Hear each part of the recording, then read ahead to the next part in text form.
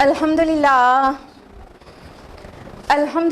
وحدہ والصلاة والسلام علی من لا نبی بعدہ واعوذ باللہ من الشیطان الرجیم بسم اللہ الرحمن الرحیم یا ایھا الناس قد جاءتکم موعظۃ من ربکم وشفاء لما فی الصدور وہدی ورحمۃ للمؤمنین۔ بسم اللہ الرحمن الرحیم۔ رب اشرح لی صدری ویسر لی امری واحلل عقدۃ من لسانی یفقہوا قولی۔ میرے عزیز سامعات، آپ سبھی کا درس قرآن مجید میں تہہ دل سے خیر مقدم ہے۔ السلام علیکم ورحمۃ اللہ وبرکاتہ۔ کیسے آپ سبھی لوگ؟ الحمدللہ۔ اللہ تعالیٰ آپ کو اچھا رکھے، صراط مستقیم پر رکھے، بہت خوشحال رکھے، اور اللہ تعالیٰ آپ کے اعمال اور ایمان، اعمال صالحات اور ایمان میں اضافہ کرے، اور الٹیمیٹلی اللہ تعالیٰ آپ سب سے راضی ہو جائے۔ آمین آمین، جزاک اللہ خیرہ۔ ہم لوگ گیدر ہوئے ہیں درس قرآن کے لیے، رائٹ؟ درس قرآن مجید میں کون سی سورہ چل رہی ہے؟ سورہ طٰہٰ۔ لاسٹ ویک ہم لوگوں نے سورہ طٰہٰ کی کس آیت تک مکمل کیا تھا؟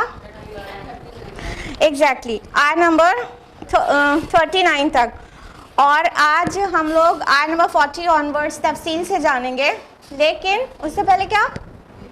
ریویژن، لاسٹ ویک کا ریویژن۔ تو لاسٹ ویک ہم لوگوں نے آیت نمبر 29 سے لے کر 39 تک تفصیل سے جانا تھا، جس کا کوئک ریویژن ہم آپ کو دینے جا رہے ہیں۔ تیار؟ اعوذ باللہ من الشیطان الرجیم، بسم اللہ الرحمن الرحیم۔ آیت نمبر 29 کا ٹرانسلیشن ہے، اور میرے لیے ایک وزیر بھی بنا دے میرے خاندان میں سے۔ یہ موسیٰ علیہ السلام کی ریکویسٹ جو تھی وہ کنٹینیوڈ ہے۔ موسیٰ علیہ السلام کہہ رہے ہیں کہ اور میرا ایک وزیر بنا دے خاندان میں سے، کس کو؟ اگلی آیت میں میرے بھائی ہارون کو، اس کے ذریعے میری کمر کو مضبوط کر دے، اور اسے میرے اس کام میں شریک بنا دے، تاکہ ہم تیری تسبیح کریں کثرت کے ساتھ اور تیرا ذکر کریں کثرت کے ساتھ۔ لاسٹ ویک ہم نے آپ لوگوں کو بتایا تھا کہ یہ ایکچولی کس تسبیح اور کس ذکر کی بات ہو رہی ہے۔ کسی کونے میں بیٹھ کے اور دائرہ کھینچ کے کسی تسبیح اور ذکر کی بات نہیں ہو رہی ہے، بلکہ میدان میں آ کر سرکش ظالم بادشاہ فرعون کے دربار میں اللہ تعالیٰ کی وحدانیت کا بیان کرنا اور دین اسلام پیش کرنا، اس ذکر اور تسبیح کی ایکچولی بات ہو رہی ہے۔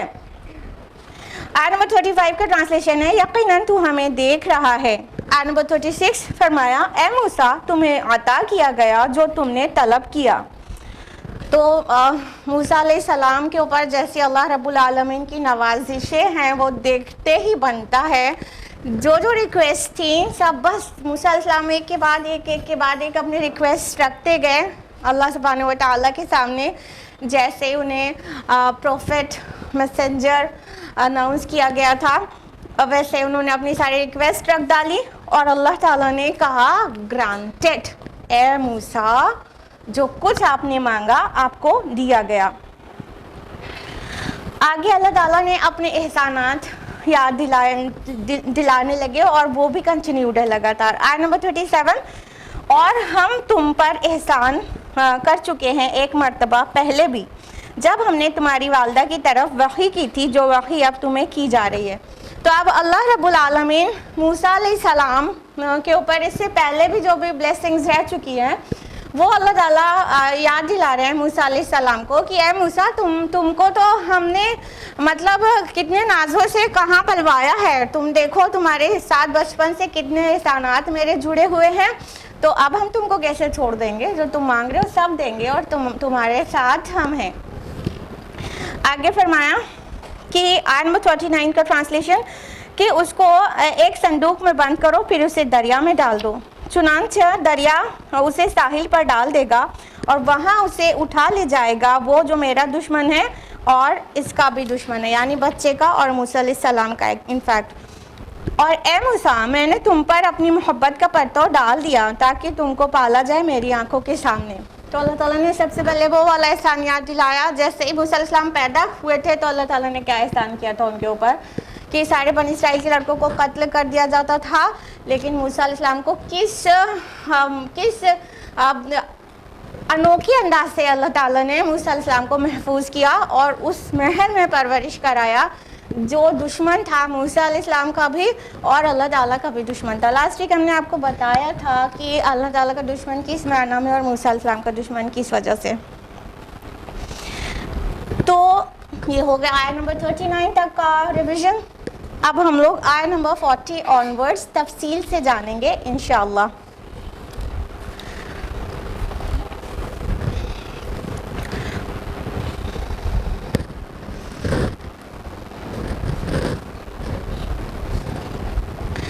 آیت نمبر 40 ہے اعوذ باللہ من الشیطان الرجیم بسم اللہ الرحمن الرحیم.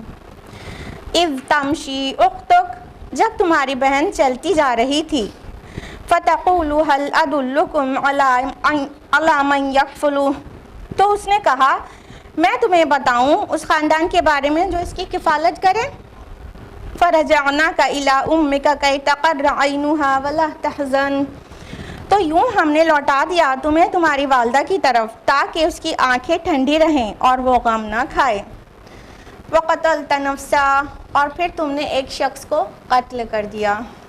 فَنَجَّيْنَاكَ مِنَ الْغَمِّ وَفَتَنَّاكَ فُتُونًا، تو ہم نے تم کو اس غم سے بھی نجات دلائی اور پھر ہم نے تمہیں مزید بہت ساری آزمائشوں سے گزارا. فَلَبِثْتَ سِنِينَ فِي أَهْلِ مَدْيَنَ، پھر تم کئی سال اہل مدین میں رہے. ثُمَّ جِئْتَ عَلَىٰ قَدَرٍ يَا مُوسَىٰ، پھر تم یہاں آ گئے اس طے شدہ فیصلے کے مطابق اے موسیٰ. یہ تھی آیت نمبر 40. اور اب ہم لوگ اس کو تفصیل سے جانیں گے ایک ایک فقرے کو.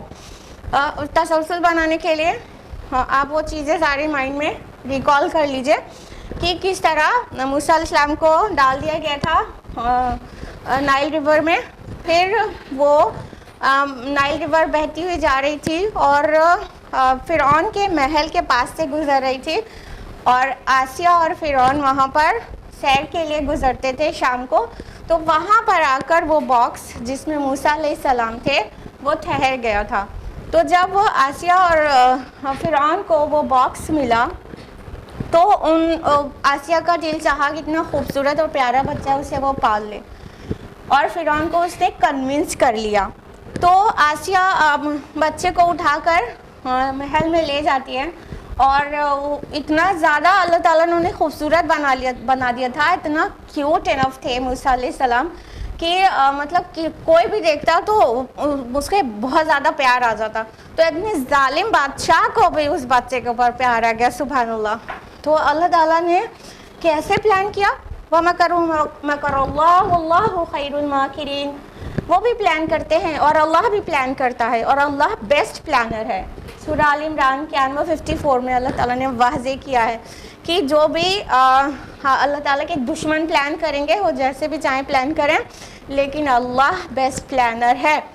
تو وہ جو فرعون تھا وہ کس طرح بنی اسرائیل کے بیٹوں کو قتل کر رہا تھا اور اللہ کا کیا پلان تھا کہ کس طرح سے کتنے شان کے ساتھ اور کتنے نرالے انداز میں اللہ تعالیٰ نے موسیٰ علیہ السلام کو اسی کے محل میں پہنچا دیا.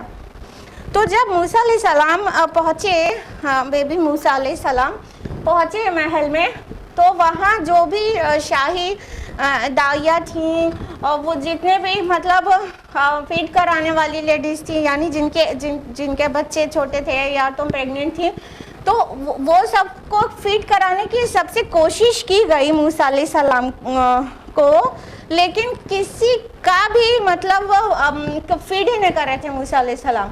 تو جب موسیٰ علیہ السلام کی ماں کو اللہ تعالیٰ نے ڈھارس بندھا دی تھی کہ وہ ان کا دل تھما رہے تو انہوں نے موسیٰ علیہ السلام کی بہن کو تو ایٹ لیسٹ لگا دیا تھا کہ دیکھو کہاں جاتا ہے وہ باکس. تو وہ فالو کرتی ہوئی جا رہی تھی جو موسیٰ علیہ السلام کی بہن تھی. تو موسیٰ علیہ السلام کی بہن کا نام تورات میں مریم آتا ہے اور اگر تورات کی مانے تو وہ موسیٰ علیہ السلام سے 15 سال بڑی تھیں. تو وہ باکس کو فالو کرتی ہوئی جا رہی تھی. جب انہوں نے دیکھا کہ وہ ہوا یہ کہ فرعون اور آسیہ اسے محل میں لے گئے ہیں تو وہ محل میں بھی چلی گئیں. ظاہر ہے اپنے بھائی کی ان کو بھی بہت زیادہ والی محبت ہوگی, تو وہ آؤٹ آف کیوریوسٹی اور ان کی حفاظت کے نقطۂ نظر سے بھی وہ ہر جگہ فالو کر رہی تھی. تو موسیٰ علیہ السلام کی بہن ان کو دیکھتی جا رہی تھی, اور وہ یہ جب ماجرا دیکھتی ہیں کہ کوئی کا بھی دودھ منہ کو لگا ہی نہیں رہے بیبی موسیٰ علیہ السلام, تو وہ ان کو جھٹ موقع مل جاتا ہے, اور وہ کہتی ہیں کہ کیا میں تمہیں ایسی فیملی نہ بتاؤں جو مطلب اس کی کفالت کرے. یعنی انہوں نے فوراً اپنی ماں کا کیا مطلب اشارہ دیا کہ ایک دائی کو میں جانتی ہوں جس کے سارے بچے بڑی خوشی سے اس کا دودھ پی لیتے ہیں, تو وہ امید ہے کہ وہ والی دائی کا دودھ پی لے گا یہ بچہ. تو وہ جلدی سے مطلب وہ انٹروڈیوس کرتی ہیں, تو پھر ان کو بلایا جاتا ہے, موسیٰ علیہ السلام کی جو ایکچوئل مدر تھی ان کو بلایا جاتا ہے. تو موسیٰ علیہ السلام جھٹ سے ان کا دودھ منہ میں لگا لیتے ہیں اور پیٹ بھر کے پی لیتے ہیں, اور سارے لوگ جو وہاں پر مطلب سبھی لوگ چاہ رہے تھے بھائی آسیہ ملکہ ہے, ملکہ کو ایک بچے پہ پیار آ گیا ہے اور ملکہ چاہتی ہے اسے اپنے یہاں پالنا, اور اسے چھوٹا بچہ ہے وہ بھوکا ہے اسے دودھ پلانا ہے, اور پورا محل ہلا حل ہے, کوئی دودھ کو منہ ہی نہیں لگا رہا ہے وہ بچہ. اور پہلے اس طرح کے فیڈرز آف کورس نہیں استعمال ہوتے ہوں گے, ماں کا دودھ ہی پلایا جاتا تھا, یا تو جو دائی رکھی جاتی تھی ویٹ نرس اس کا دودھ پلایا جاتا تھا.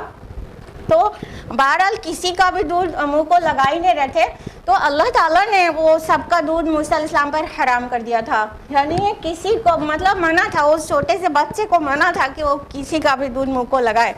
تو جب موسیٰ علیہ السلام کی والدہ آتی ہیں اور ان سے کہا جاتا ہے, ریکویسٹ کیا جاتا ہے یہ بچہ ہے اس کو دودھ پلانا ہے, ملکہ کہہ رہی ہیں بھائی, تو موسیٰ علیہ السلام جب دودھ پینے لگتے ہیں تو ظاہر ہے وہاں ایک خوشی کا ماحول ہو جاتا ہے, اور سارے لوگ کی خوشی تو بہت چھوٹی تھی جو ماں کو خوشی ہوئی ہوگی. تو اللہ رب العالمین اس کو بطور احسان ذکر کر رہے ہیں قرآن حکیم میں کہ یوں ہم نے لوٹا دیا تمہیں تمہاری والدہ کی طرف تاکہ اس کی آنکھیں ٹھنڈی رہیں اور وہ غم نہ کھائے. سبحان اللہ, یہ مطلب اللہ کا پلان ہے. کتنا جیسے کسی کی مطلب امیجنیشن سے لکھی ہوئی اسٹوری بھی ہو تو اتنی انٹرسٹنگ اور اتنی مزے کی نہ ہو جیسے ریالٹی میں ہوا, کہ مطلب کسی کا دودھ بھی بچہ نہیں پی رہا ہے اور اپنی جو سگی ماں ہے اس کا دودھ فٹافٹ پینے لگ جاتا ہے, اور اس ماں کو چونکہ مطلب عہد لیا گیا ہے اس سے کہ وہ ڈسکلوز نہیں کرے گی کہ وہ اس کی ماں ہے, تو اللہ تعالیٰ نے ان کے دل سے عہد لے لیا تھا کہ وہ ڈسکلوز نہیں کریں. تو انہوں نے مطلب اپنی بے قراری بے چینی کو مطلب اظہار نہیں کیا کہ یہ ایکچولی میرا ہی بچہ ہے. اگر ایسا بول دیتی تو پھر بچے کی تو جان پہ آ جانے والی تھی. تو وہ ان کی ماں نے ظاہر بتایا نہیں, ڈسکلوز نہیں کیا.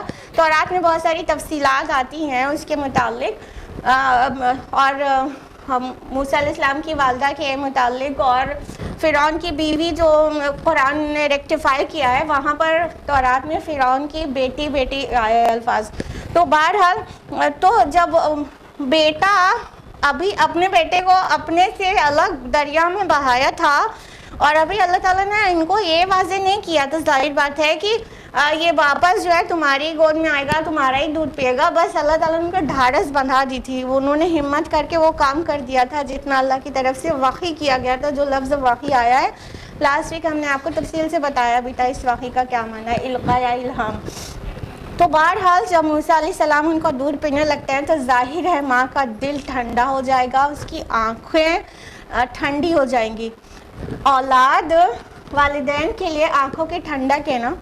انفیکٹ ابراہیم علیہ السلام کی دعا بھی ہے جو کہ سورہ فرقان سورہ نمبر 25 آیت نمبر 74 میں ریکارڈڈ ہے, اور ہم سب کو یہ دعا کرنی چاہیے. ربنا ہب لنا من ازواجنا وذریاتنا قرۃ اعین واجعلنا للمتقین اماما, کہ اے ہمارے رب ہم کو ہماری اولاد اور ہمارے ازواج کی طرف سے آنکھوں کی ٹھنڈک نصیب فرما اور بنا دے ہمیں متقیوں کا امام.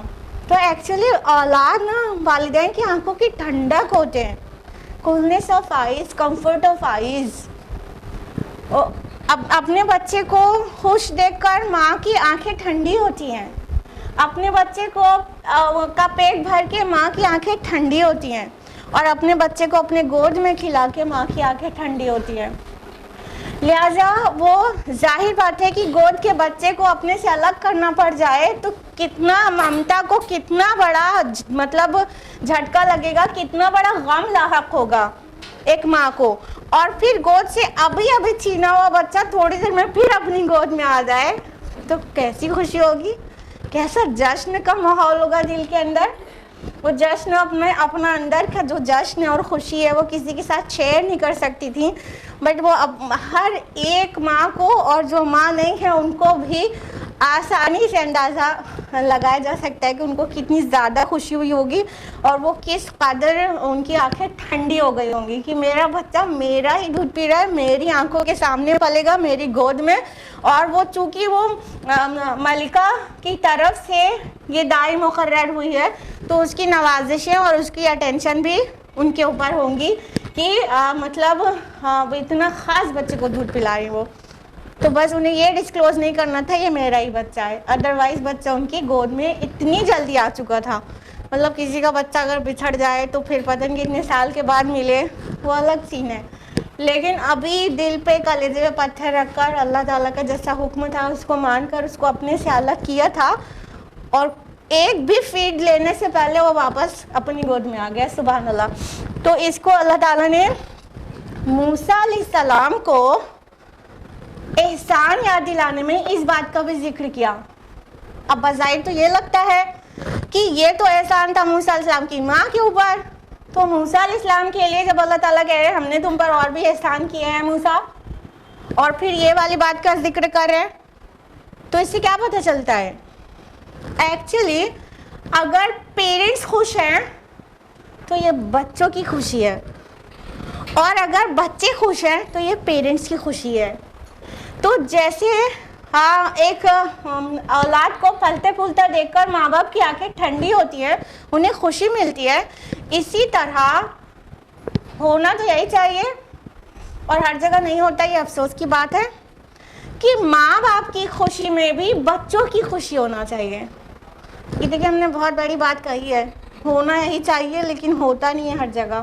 ہاں کیا ہوتا ہے، بچے بڑے ہو کر اپنی جب ان کی شادیاں ہو جاتی ہیں تو وہ اپنی فیملی میں اتنا بزی ہو جاتے ہیں اور اپنے بچوں میں اتنا لگ جاتے ہیں، اور اپنی بیوی اگرچہ وہ نیک اور صالحہ نہیں ہے اس سے متاثر ہو کر اپنی ماں سے بہت بے رغبتی کرنے لگتے ہیں، اور ماں کی خوشی اور ماں کی ضرورت ان کے لیے خوشی کا باعث نہیں ہوتی۔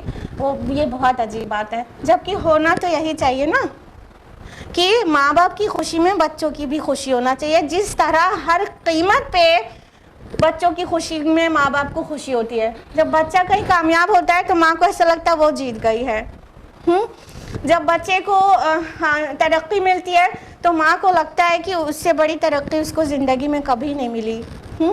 تو ماں باپ کے یہ سینٹیمنٹس ہوتے ہیں اولاد کے لیے، انفیکٹ اولاد کے بھی یہی ہونا چاہیے، اور نیک صالح لوگوں کے ہوتے ہیں۔ نیک اولاد کے یہی خوشی کا باعث ہوتا ہے کہ اس کے والدین کنٹینٹ ہیں اور سیٹسفائیڈ ہیں، تو وہ بھی خوش ہوتے ہیں۔ تو موسیٰ علیہ السلام کے ایمان کی کیا کہیے، تو اللہ تعالیٰ موسیٰ علیہ السلام کی والدہ کے اوپر جو احسان کیا تھا اس کو موسیٰ علیہ السلام کے اوپر کیا ہوا احسان بنا کے یاد دلا رہے ہیں۔ آگے کنٹینیوڈ ہے اللہ تعالیٰ کے احسانات کا ذکر جو موسیٰ علیہ السلام پر کیے گئے تھے۔ اگلا فقرہ ہے وَقَتَلْتَ نَفْسًا، اور تم نے ایک شخص کو قتل کر دیا تھا تو ہم نے تمہیں اس غم سے نجات دلائی اور پھر ہم نے تمہیں مزید آزمائشوں سے گزارا۔ تو اللہ رب العالمین نے موسیٰ علیہ السلام پر وہ احسان یاد دلایا، کون سا؟ جو موسیٰ علیہ السلام سے ایک بلا قصد قتل ہو گیا تھا، قتل غیر عمد۔ اب وہ اس کا پورا کانٹیکسٹ آپ کو پتہ ہوگا نا، پھر بھی ہم لائٹ سا بتا دیتے ہیں کہ موسیٰ علیہ السلام جب گزر رہے تھے ایک قبطی اور ایک اسرائیلی میں جھگڑا ہو رہا تھا، تو اسرائیلی نے موسیٰ علیہ السلام کی ہیلپ سیکھ کی کہ وہ قبطی سے اس کو بچائے اس کی مار اس کے جھگڑے سے۔ تو موسیٰ علیہ السلام نے دیکھا کہ وہ جو قبطی ہے وہ زور زبردستی کر رہا ہے اور یہ جو اسرائیلی ہے اس کی غلطی نہیں ہے. ان کو ایسا لگا تو انہوں نے اسرائیلی کی مدد میں، اس میں یہ عصبیت نہیں تھی کہ وہ اسرائیلی ہے تو ہمارا ہے، تو ان کو حق یہ معلوم ہوا کہ یہ جو اسرائیلی ہے یہ جو ہے مظلوم ہے اور قبطی زیادتی کر رہا ہے.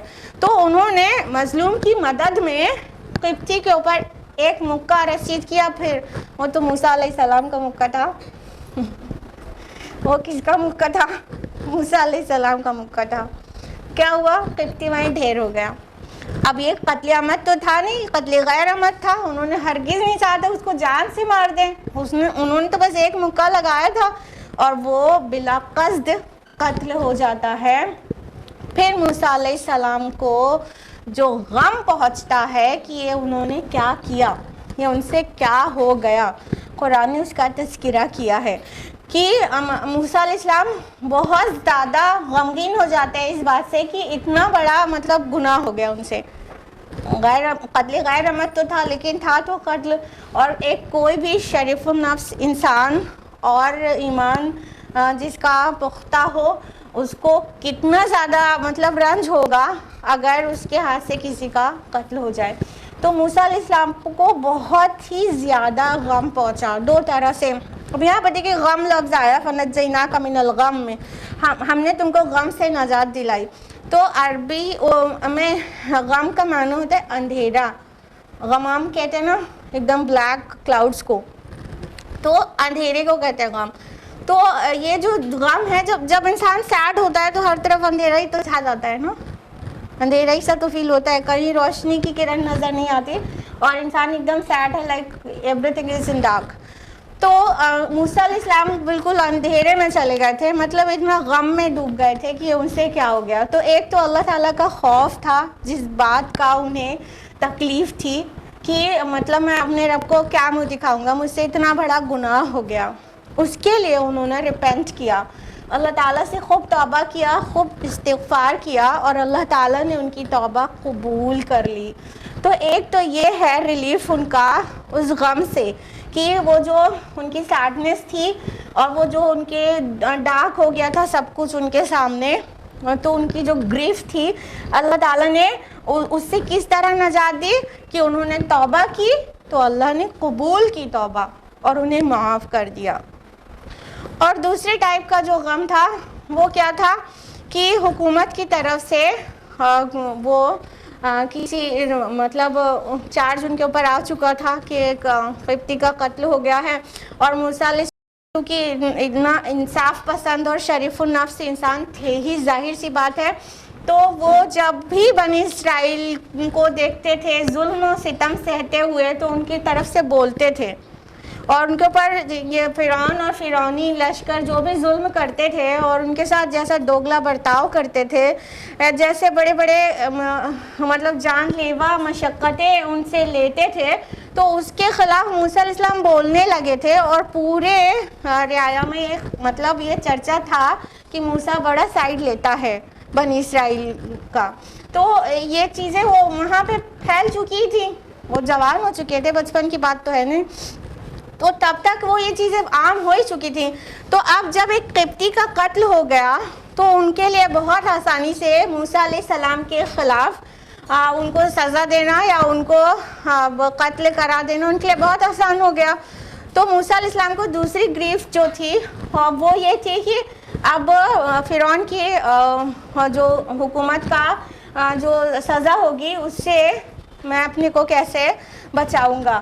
تو بہرحال اگلے دن تک تو ان کا یہ جو ایکشن تھا وہ چھپا ہوا تھا اور اگلے دن وہ فاش ہو گیا تو وہ اور بھی سیڈ ہو گئے.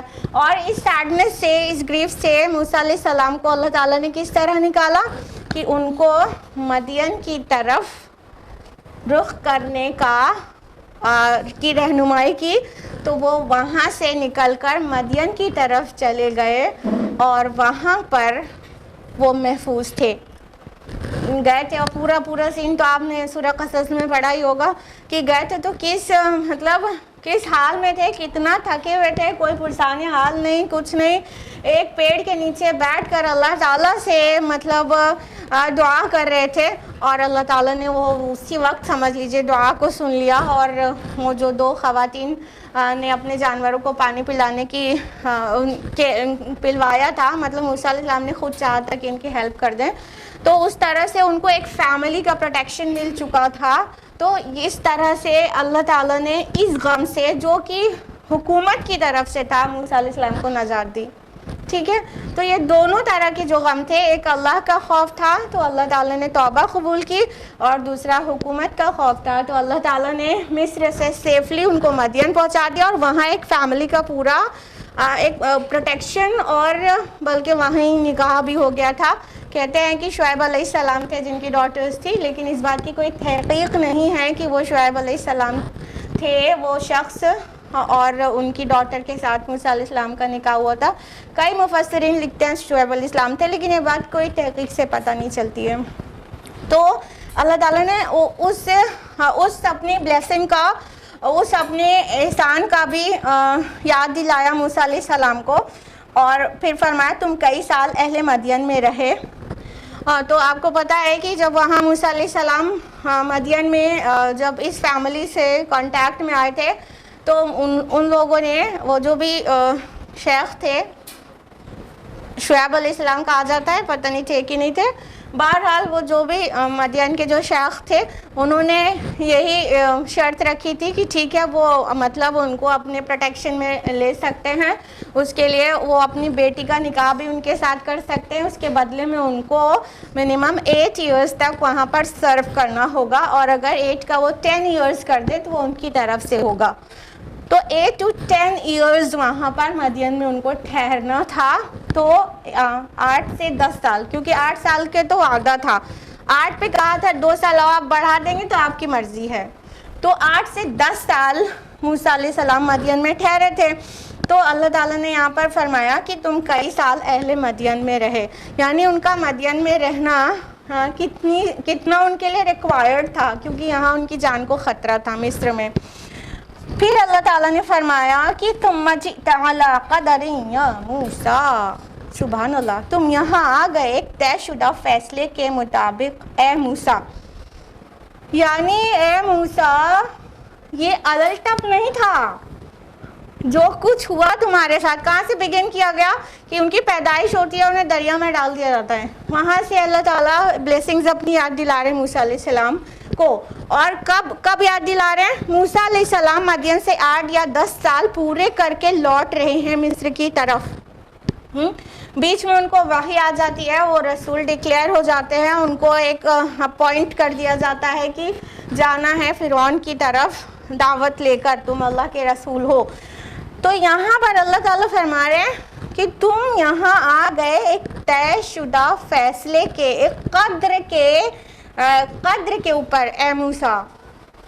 یعنی یہ یوں ہی نہیں ہوتا چلا گیا, یہ تمہاری پیدائش سے لے کر آج تک کا پورا جو سٹوری ہے یہ ویل پلانڈ تھی, اور اللہ تعالیٰ نے ایک ایک چیز پلان کر کے رکھی تھی, اور اس کے ہو بہو اس کے مطابق ہوتی رہی, تب جو تم یہاں سے لوٹ رہے ہو اے موسیٰ. یعنی کہ اگر اسٹوری کا کوئی ایک لنک بھی مس ہو جاتا تو یہ دن یہاں پہ ایکچولی نہیں آ پاتا.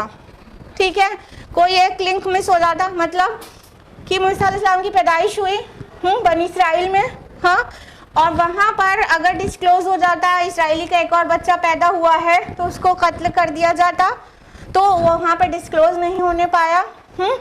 اور اللہ تعالیٰ نے موسیٰ علیہ السلام کی ماں کو وحی کی کہ اس کو پانی میں ڈال دو, اور اگر وہ ڈالنے کی ہمت نہیں کر پاتی تو آگے کی اسٹوری بن ہی نہیں پاتی. انہوں نے ڈالا ہمت کر کے, اگر وہ بہہ جاتے اور کہیں ڈوب جاتے تو یہ جو موسیٰ علیہ السلام ایک رسول ہیں اور ان کو ایک بہت بڑے مشن پر بھیجے جانا ہے, وہ پاسبل ہی نہیں ہو پاتا.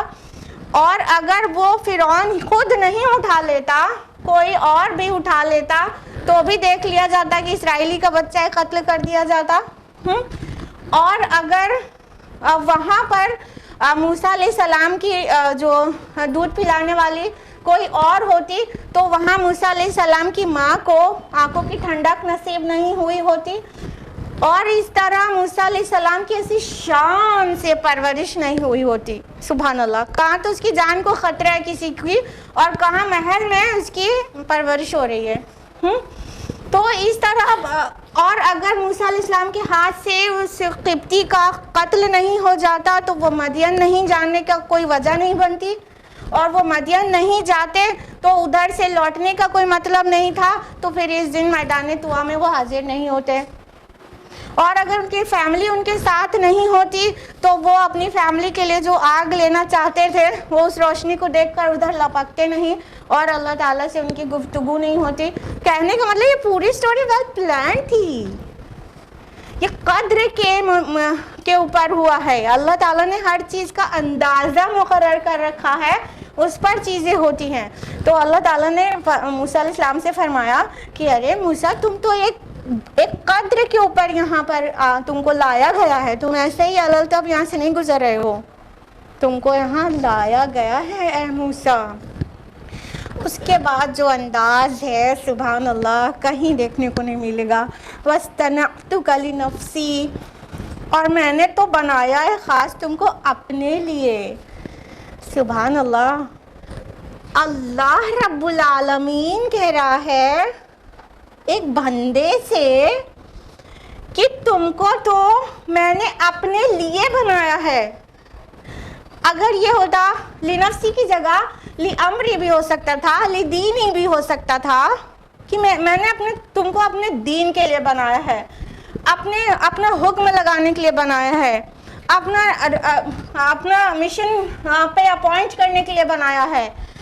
یہ سب ہوتا تو تھوڑی سی تو دوری ہوتی. اللہ تعالیٰ موسیٰ علیہ السلام سے جو کام لینا چاہتے تھے اس کو یہ نہیں کہا کہ میں نے تم کو اپنے مشن کو پورا کرنے کے لیے بنایا ہے، میں نے تم کو اپنے دین کی خدمت کے لیے بنایا. یہ سب تھوڑا اس سے چھوٹے ڈگری کی باتیں ہوتی. اللہ تعالیٰ انتہائی محبت کے ساتھ، کہا تو نا لاڈلے ہیں موسیٰ علیہ السلام، اتنے لاڈ سے پیار سے فرما رہے وَاسْتَنَعْتُكَ لِنَفْسِي، we have manufactured you O Musa for me, for myself. وَاسْتَنَعْتُكَ آیا ہے، تم کو بنایا گیا ہے. اللہ تعالیٰ کہہ رہے ہیں میں نے تم کو مینوفیکچر کیا ہے، تم کو بنایا گیا ہے میرے لیے. کام تو تھا دین کا، دعوت کا کام کرنا تھا فرعون کے سامنے جا کے. تو یہ ایک بہت بڑا مشنری کام تھا اور بہت کریج ریکوائرڈ کام تھا. تو اللہ تعالیٰ نے اتنا ہی پیار بھی انڈیلا موسیٰ علیہ السلام پر، جتنے کریجس ٹاسک پہ وہ جانے والے تھے اتنا ہی محبت بھرے انداز میں موسیٰ علیہ السلام سے اللہ تعالیٰ نے خطاب کر کے وہ جو باتیں کہیں وہ انتہا محبت میں بالکل لبریز ہے. دیکھیں آیت نمبر 39 میں بھی یہ کہا گیا نا وَلَتُثْنِيَ عَلَىٰ عَيْنِي، تاکہ تجھ کو پالا جائے، مطلب بنایا جائے میرے آنکھوں کے سامنے. وہاں پہ بھی لِتُثْنِيَ آستانہ لفظ آیا ہے، مینوفیکچرنگ، میکنگ، بنایا جانا. اور یہاں پہ بھی آیا ہے تجھے بنایا گیا ہے خاص میرے لیے. سوچیے اللہ تعالیٰ کسی کو پہ اتنا پیار انڈیلے. سبحان اللہ، کیسی قسمت والا رسول تھا موسیٰ علیہ السلام. سبحان اللہ. آگے فرمایا آیت نمبر 42 میں اذهب انت واخوك بآیاتی ولا تنیا فی ذکری، جاؤ تم اور تمہارا بھائی میری ان نشانیوں کے ساتھ اور میرے ذکر سے سستی نہ کرنا. اب آ گئی مشنری بات. اللہ تعالیٰ نے پہلے تو بہت محبت سے کہا کہ تم کو میرے لیے بنایا گیا ہے، اور پھر مشن کو ان کے حوالے کر دیا تم اور تمہارا بھائی. انہوں نے ریکویسٹ کی تھی نا ہارون علیہ السلام کو ان کا ہیلپر، ان کا کمفرٹر، ان کا اسسٹنٹ بنا دیں، تو اللہ تعالیٰ نے اسے وہیں پہ قبول کر لیا تھا. پھر اپنے احسانات کا ذکر کر کے شامل کر لیا ہارون علیہ السلام کو، اور کہا جاؤ تم اور تمہارا بھائی میری نشانیوں کے ساتھ. یہ نشانیاں کون سی نشانیوں کا ذکر ہو رہا ہے؟ ایگزیکٹلی معجزات، اور خصوصاً 2 معجزات، عصا موسیٰ اور ید بیضاء. ٹھیک ہے، یہ 2 خاص نشانیاں موسیٰ علیہ السلام کو عطا کی گئی تھیں اور بنا ڈیمانڈ کے قوم کی عطا کر دی گئی تھی، کیونکہ ایک بہت ٹائرنٹ کنگ کے سامنے جا کر دعوت کا کام کرنا تھا. تو فرمایا کہ ان نشانیوں کو لے کے جاؤ، اور ایک تاکید کی گئی، کون سی؟ میرے ذکر سے سستی نہ کرنا. آیت نمبر 33-34 میں لاسٹ ویک بھی ہم لوگوں نے جانا تھا نا کہ موسیٰ علیہ السلام نے کہا تھا کہ ہم تیری بہت ساری تسبیح کریں، بہت کثرت سے، اور بہت کثرت سے تیرا ذکر کریں. اب اللہ تعالیٰ کہہ رہے ہیں کہ دیکھو میرے ذکر سے سستی نہ کرنا. یعنی جو رسول ہیں اور جو داعیان اسلام ہیں ان کے لیے گنجائش ہی نہیں ہے کہ وہ اللہ سے غافل ہو جائیں اور ان کا مشن کامیاب ہو جائے. سب سے اہم بات یہ ہے کہ ہر داعی اسلام کو، رسولوں کی تو شان ہی الگ ہے، ان کو بھی کہا گیا، اور اسی وجہ سے داعیان اسلام کے لیے ہم کہہ رہے ہیں کہ یہ اتنے بڑے مشنری کام ہے یہ دعوت کا، اور اللہ تعالیٰ کو بھول کے کوئی سوچے کہ ہم یہ کام میں کامیابی حاصل کر لیں گے تو یہ بہت مضحکہ خیز بات ہوگی، بہت فنی. اللہ تعالیٰ کی یاد میں تھوڑی دیر بھی غفلت ایک داعی کے لیے مطلب مشکل کن ہو سکتی ہے. تو اللہ کی یاد دل میں بنائے رکھنا ہے، زبان پہ رکھنا ہے، اور عمل سے دکھانا ہے کہ وہ اللہ کے لیے ہے، اللہ کی محبت میں ہے، اور اللہ تعالیٰ کے دین کو قائم کرنے کے لیے اس عمل کی بات کر رہے ہیں. تو اللہ تعالیٰ نے موسیٰ علیہ السلام کو تاکید کی کہ دیکھو تم اور ہارون جانا، لیکن میرے ذکر سے سستی نہ کرنا. تو ہر داعی کے لیے، کیونکہ رسولوں والا کام داعی کے پاس ہوتا ہے نا، رسول دین کی دعوت دیتے ہیں، اللہ کی توحید، چاہے کتنا بھی ظالم ہو کوئی، اس کے سامنے توحید کی دعوت دینا ایک بہت کریجس کام ہوتا ہے. تو وہی کام داعیان اسلام بھی کرتے ہیں، اور اس سے ان انرجی اور طاقت کہاں سے ملتی ہے؟ اللہ کے ذکر سے. کیونکہ اس میں اتنے کٹھن مراحل آتے ہیں. چھوٹے سے ادنا سے داعی سے پوچھ لیجئے آپ کبھی کہ کیسی گزر رہی ہے، تفصیل سے پوچھ لیجئے تو پتہ چلے گا کہ کوئی دن بھی شاید کٹھنائی اور مصائب اور آزمائشوں سے نہ گزرنا پڑتا ہو. شاید کوئی دن بھی ایسا گزرتا ہو داعی اسلام کا، اگرچہ وہ ہمہ وقت دعوت کے کام میں ہے. تو اتنی کٹھنائیاں، اتنی دشواریاں آتی ہیں، اتنی تنگی آتی ہے، اتنے مصائب آتے ہیں. وہ سارے مصائب کو برداشت کرنے اور ثابت قدم رہنے کے لیے بالکل انڈسپینسیبل ریکوائرمنٹ ہے کہ ایک داعی اللہ کے ذکر سے بالکل اس کا دل و زبان پر رہے، پر رہے، اور اسی سے اس کو صبر حاصل ہوگا، اسی سے اس کو صبر آئے گا اور ثابت قدمی آئے گی اور استقامت نصیب ہوگی. اگر اللہ کو ہی بھول جائیں گے تو نہ ہی ثابت قدم رہ پائیں گے، قدم اکھڑ جائیں گے، اور وہ جو صبر درکار ہے دعوت میں وہ نہیں کیا تو بس وہیں سے ختم ہو گیا، دعوت کا کام ختم ہو گیا، پھر کچھ آگے نہیں بڑھنے کا اگر صبر اور استقامت کا مظاہرہ نہ کیا. اور وہ اللہ کے ذکر سے ہی آئے گا.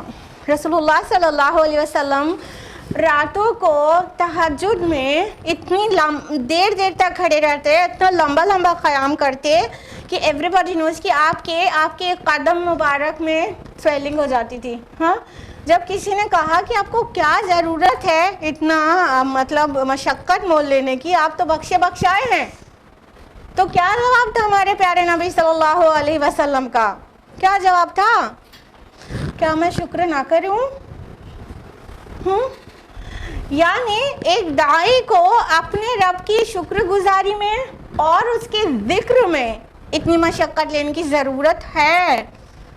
بنا ہم بہت سارے اللہ کے ذکر کے، اور ذکر کے ایک بہت شاندار صورت یہی ہے قیام اللیل. رات دن بھر انسان 5 وقت کی نمازیں پڑھتا ہے، بہت اچھی بات ہے اور بہت دل لگا کے پڑھنا چاہیے، خشوع اور خضوع کے ساتھ پڑھنا چاہیے.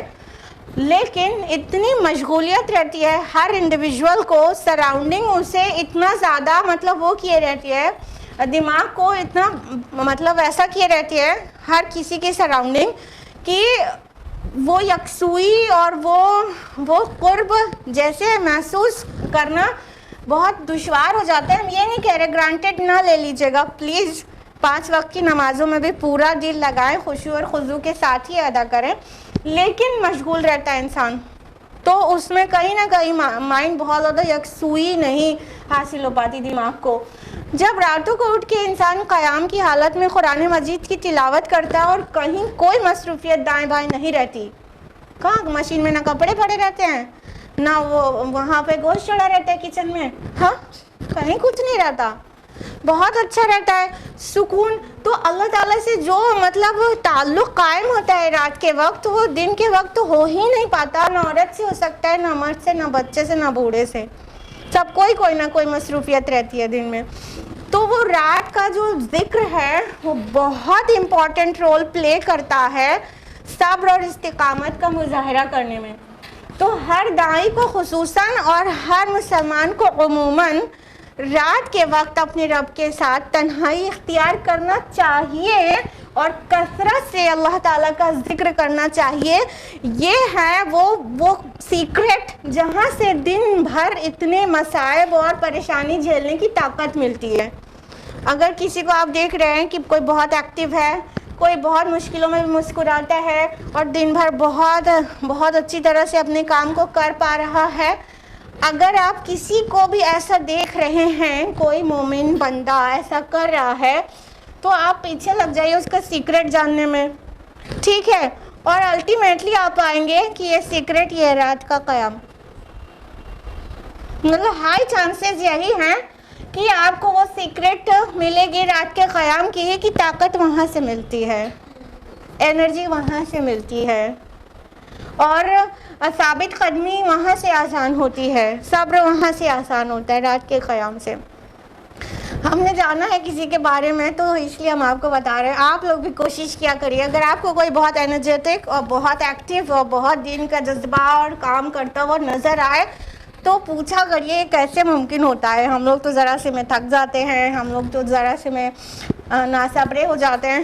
تو اگر ایسے کوئی آئیڈیل پرسن آپ کو ملے, آپ اس کی سیکرٹ پوچھیے گا, اور اگر وہ بتا دے تو ہائی چانسز یہ ہیں کہ وہ بتائے کہ راتوں میں اٹھ کے اللہ سے اپنا تعلق استوار کرتے ہیں, خوب توبہ کرتے ہیں اور قیام کرتے ہیں, اور وہ قیام کی حالت میں قرآن مجید کی تلاوت کرنا, یہ وہاں سے طاقت ملتی ہے. امید ہے ہائی چانسز ہیں کہ آپ کو سیکرٹ یہی پتہ چلے گی. تو آپ کے بنا پوچھے ہم نے سیکرٹ اوپن کر دی ہے کہ اللہ کا ذکر خصوصاً راتوں میں یہ انسان کو کریج دیتا ہے اور طاقت دیتا ہے, صبر کی کو آسان کرتا ہے, مصائب کو برداشت کرنا یہ چٹکیوں والا کام ہو جاتا ہے اس کے لیے. تو اللہ تعالیٰ نے تاکید کی کہ تم دونوں بہت بڑے مشن پر جانے والے ہو, دیکھو میرے ذکر سے سستی نہ کرنا, اسی سے تم کو طاقت ملے گی ذکر سے. اذهب انت نمبر 43 اذهبا الى فرعون انه طغى, جاؤ تم دونوں فرعون کے پاس, یقیناً وہ بہت سرکش ہو گیا ہے. دیکھیں نمبر 24 میں بھی تھا نا, اذهب الى فرعون انه طغى, تب ایڈریس اللہ تعالیٰ کا موسیٰ علیہ السلام سے تھا تو سنگولر میں تھا, اذهب جاؤ, اے موسیٰ تم جاؤ. جب انہوں نے ہارون علیہ السلام کی ریکویسٹ کی کہ ان کے ہیلپ میں ہارون علیہ السلام کو بھی لگا دے, تو اللہ تعالیٰ اب جو ڈول میں کہہ رہا ہے اذهبا, تسنیہ کا صیغہ آ گیا, اذهبا تم دونوں جاؤ, کس کے پاس؟ باقی کا فقرہ پورا ویسا ہی ہے, الی فرعون انه طغى, فرعون کے پاس کہ وہ بہت سرکش ہو گیا ہے. پھر سارے ریکویسٹ کی, پھر اللہ تعالیٰ نے ریکویسٹ قبول کر لی, پھر اس کے بعد اللہ تعالیٰ نے اپنی نعمتیں یاد دلائیں, پھر اس کے بعد پھر آ گئے مشن پر کہ تم کو اس لیے بنایا ہے کہ تم کو فرعون کے سامنے جا کر یہ کریجس کام کرنا ہے, یہ کریجس ٹاسک تمہارے ذمے ہے, اور تم دونوں جاؤ, میرے ذکر سے سستی نہ کرنا, اور جاؤ فرعون کے پاس. اس نے بہت سرکشی اختیار کر لی ہے, وہ حد سے گزر رہا ہے. فَقُولَ لَهُ قَوْلًا لَيِّنًا لَعَلَّهُ يَتَذَكَّرُ أَوْ يَخْشَىٰ, تو دیکھو اس کے ساتھ نرم بات کرنا, شاید کہ اس طرح وہ سوچے یا ڈرے. اب یہاں بہت بڑی ٹیچنگ ہے, بہت بڑی. کیا کہا جا رہا ہے؟ پریویس آئے میں آیت نمبر 43 میں واضح کیا گیا کہ فرعون بہت بڑا سرکش ہے. انہو طغا, اس نے طغیانی اختیار کی ہے, وہ بہت ظالم ہے, بہت سرکش ہے, وہ حدوں کو پار کر چکا ہے اپنے ظلم کی. اور اگلی آیت میں کہا جا رہا ہے جاؤ اس کے ساتھ نرمی سے بات کرنا, اور شاید کہ وہ سوچے سمجھے ڈرے. کتنی عجیب بات ہے, اتنے بڑے سرکش اور ظالم کے پاس بھی بھیج کر اللہ تعالیٰ تاکید کر رہے ہیں اے موسیٰ اور ان کے ساتھ جانا تو نرمی سے بات کرنا فرعون سے. سوچئے کہ کوئی اتنا ظالم ہو اور اس سے بھی نرمی سے بات کرنے کے لیے کہا جائے تو ایک داعی کو کیا ٹیچنگ ملتی ہے, باقی لوگوں سے کیسے بات کرنی چاہیے. تو یہ جو نرمی سے نصیحت کرنے کا جو طریقہ ہے وہ آلموسٹ سب کے اوپر اثر انداز ہوتا ہے, آلموسٹ سب کے اوپر. ایکسیپشن تو ہمیشہ ہر کیس میں ہے. جس نے اپنی فطرت کو مسخ کر دیا ہے پوری, اور اس کی فطرت کی کوئی آواز ہی باہر نہیں آتی, تو ایسے انسان کو اوپر تو کوئی داعی تو کیا کوئی رسول کا بھی دعوت اثر نہیں کرتی. تو وہ کچھ تو ایکسیپشنز رہیں گے ہی, لیکن اگر نرمی سے کوئی بھی بات کسی سے بھی کہی جائے تو بہت بڑا حصہ انسانیت کا وہ نرمی سے کہی ہوئی بات کو پسند کرتا ہے. ماننا نہ ماننا بات کی بات ہے, لیکن ایٹ لیسٹ جو کہنے والا ہے اس کی بات کو پسند کیا جاتا ہے. اور جب پسند کیا جانا سب سے پہلی شرط ہے نا کہ سوچے گا اس کے بعد. جو آپ دعوت فکر دے کر آئیں گے, اگر ڈھیلا مار کے دیا ہوگا تو سوچنے کے دروازے آپ نے بند کر دیا. تو دعوت کے جو اگلے مراحل ہیں جو انسان کے اکیلے میں طے ہونے ہیں, اس کے اوپر کام کرنے ہیں, اس کا راستہ بند ہو گیا. لیکن اگر نرمی سے کہی گئی ہے بات, تو اگر کوئی بھی سپارک موجود ہوگا ہارٹ میں تو وہ نرمی والی بات سے اسے اثر ہو سکتا ہے, اس کا پازیٹیو ریزلٹس آ سکتے ہیں. جب وہ پانڈرنگ کرے, انٹروسپیکشن کرے, الٹیمیٹلی وہ سچ کو پا جائے تو وہ ایمان لائے گا. لیکن اگر وہ نہیں بھی طے, پھر سوسائٹی کے بارے میں انسان سوچتا ہے, حکومت کے بارے میں سوچتا ہے, ریجیکٹ کر دیتا ہے, وہ الگ بات ہے. لیکن سوچنے پہ جو اگلا سٹیپ ہے سوچنے کا, وہ تبھی انیشیٹ ہی ہوگا جب کہی گئی بات سامنے والے نے پسند کیا ہوگا, اور پسند نرمی والی بات آتی ہے. تو اللہ تعالیٰ نے فرعون کے لیے کہا کہ تم اس کے سامنے نرمی سے بات کرنا, شاید کہ وہ ڈرے. ہم اور آپ نہیں جانتے کہ فرعون کے دل میں کیا تھا اور کیسا تھا. کیا پتا, اللہ جانتا, مطلب اللہ جانتا ہے کہ کیا پتا اس کے دل میں کوئی سپارک موجود تھا جس کو اس نے دبایا ہے اور نو کیا ہے. اللہ تعالیٰ جانتا ہے, کیونکہ الٹیمیٹلی ہوا کیا, پورا سٹوری کا جو اینڈ ہے وہ تو سب کو پتا ہے نا. فرعون نے نہیں مانا تھا, اور فرعون اللہ تعالیٰ کی طرف سے دیے گئے عذاب کا مستحق ہو گیا تھا, وہ ڈوبنے لگا تھا. ڈوبتے وقت اس نے کہا تھا کہ بنی اسرائیل کے رب پر ایمان لائے, موسیٰ اور بنی اسرائیل کے رب پر, لیکن وہ ایمان قبول نہیں ہوا. اسٹوری کا اینڈ سب کو پتا ہے. تو اگر کوئی یہ سوچنے لگا کہ ایمان تو لایا نہیں تھا, پھر قرآن میں یہ کیوں کہا گیا, شاید کہ وہ سوچے کیا بنانے والا خود نہیں جانتا, معاذ اللہ ثم معاذ اللہ, خالق کے کائنات خود نہیں جانتا, موسیٰ کا خالق اور فرعون کا خالق خود نہیں جانتا کہ وہ ایمان لائے گا کہ نہیں لائے گا. نہیں, یہاں پر ایک تعلیم دی جا رہی ہے. سامنے والا ریجیکٹ کر دے وہ الگ بات ہے, لیکن ایک داعی